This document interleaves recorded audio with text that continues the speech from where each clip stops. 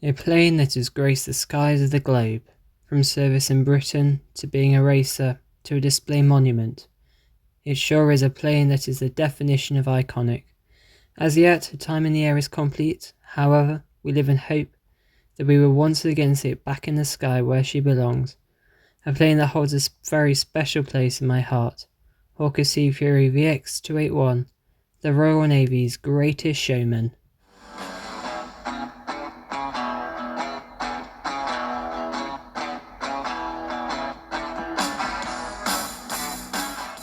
The Hawker Fury was designed to fit an RAF requirement for a so-called Light Tempest fighter, which had found to be a very effective ground attack aircraft in the British forces. The overall design was similar and the Bristol Centaurus engine was maintained. However, the wings were shorter. As the Second World War closed, the need for this aircraft was removed, and new jet-powered fighters were produced, such as the Gloucester Meteor and the Havilland Vampire, as which marked the dawn of the jet age. Despite this, the designs were taken up by the Royal Navy, and the first Hawker Sea Fury FB-10 entered service in 1947. A two-seat trainer variant, christened the T-20, was developed for the Fleet Air Arm. The prototype first flew in 1948, and initially 60 versions were built for service use. Sea Fury Victor X-Ray 281 was constructed in the same year, and was delivered to 763 Squadron based at Royal Naval Air Station, Cordrose, England. The aircraft had a relatively quiet life in service, and was eventually removed from it in 1956, 8 years after being built. It spent the next 7 years at various storage locations in the UK, and in 1963 was given a conversion, enabling it now to be a civilian target tug. From the 10th of June that year, the aircraft was moved to Germany, and was operated in this role of target tug for the Deutsche Luftfahrtbelantungsdienst in Cologne. Here, the aircraft was given the German registration DCACO and was given a red livery. In 1974, this Sea Fury was purchased by Douglas W. Arnold of Warbirds of Great Britain, and a new civil registration GBCOW was given to the airframe. The aircraft left Germany and landed in Blackbush on October 11, 1974. A further uneventful few years followed for this aircraft, passing through various private owners in the United Kingdom, before eventually being sold to an overseas individual. As is seen with many ex-service Sea Furies, this version became a racer in the United States from around 1980, with a modern colour scheme and adopting the number 40, complementary to an American registration. A new chapter in the life of the aircraft had begun. The name Newton Special was given to it, and the aircraft flew many races at the national championships, also known today as the infamous Reno Air Races. After a variety of finishes and qualifications on the Reno circuit, the Sea Fury was repainted back into a Royal Navy markings, and the new name, the Dragon of Cymru, was adorned onto it. The racing career of the Dragon of Cymru ended in 2006, and then it was purchased by the Royal Navy Historic Flight based at Royal Naval Air Station Yeovilton back in England. She arrived back on home soil in 2007 and given the registration GRNHF, a tribute to the acronym of its new owners. The iconic VL120 colour scheme was applied to the aircraft, and it flew for the first time in its new look from North Weald on the 31st of May 2008. It wasn't long before the latest acquisition for the Royal Naval Heritage Flight would be seen on the airshow circuit here in the UK, and very quickly became a crowd favourite, especially with me. As an attendee for a variety of airshows, I became accustomed with the regulars, varying from the Battle of Britain Memorial Flight to the Avro Vulcan, and other early forms of jets, such as the Vampire and Hunter. Despite the obvious thrill in seeing a jet and hearing the incredible sound they produce, there was always one plane displaying that I had a special fondness of, a plane that had the speed similar to that of a jet, as well as the beauty of the Spitfire and a truly unique history. Hawker Sea Fury VX281 was, by a long shot, my favourite aircraft to watch display, an engineering masterpiece gracing the skies mere feet above me. Watching it was always an encapsulating experience.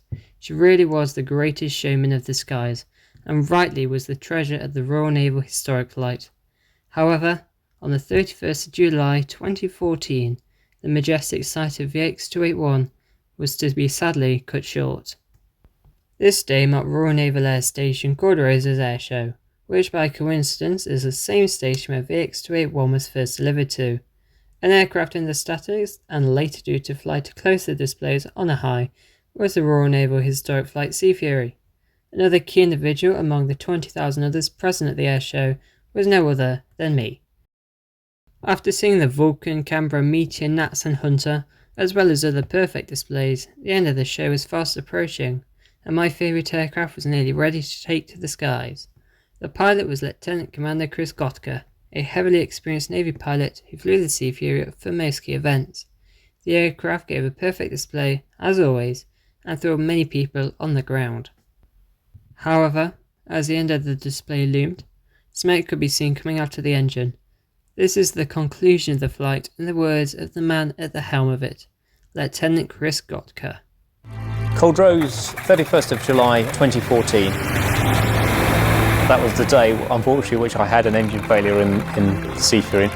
We were at 500 feet over the top of the crowd doing about 400 miles an hour. You get that lovely sound, the noise coming off the Centaurus engine, and I'm just presenting the aircraft, going up into a sort of a high angle round the top and then coming back round again, and all of a sudden there's a vibration through the airframe. I initially thought magneto or fuel control issue. So in my mindset, I've got a rough running engine, I've got power available if I need it. So literally I'm about a minute away from landing. But then, oh no, wait a second, I need a bit of power now because it's not going to make the runway because it's now falling short. So I start applying power and nothing comes out of the aircraft. What I thought was just a rough running engine is now an engine failure. I make that first decision, can I get the aircraft to fly again, or do I need to jump out and trust myself to a parachute, which I really didn't want to do. I say, right, decision, I'm going to stay with the aircraft. I'm going to belly land it on the grass. I'm still doing about 110 miles an hour, just sitting about 10 feet above the grass, waiting for the aircraft to slow down.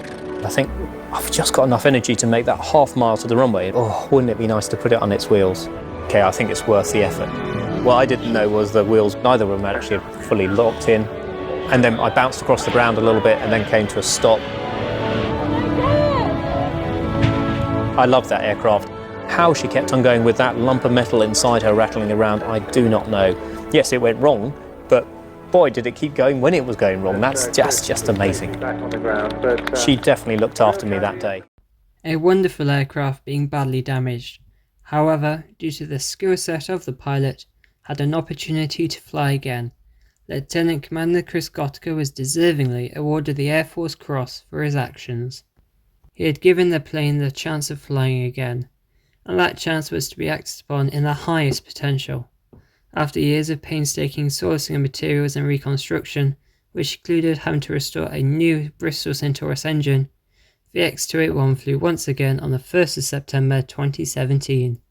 She managed to spend a few more seasons on the display circuit, where she was back to her best and entertaining people from all walks of life. However, the global COVID-19 pandemic stinted her time in the air, which followed through to 2021, with many events cancelled.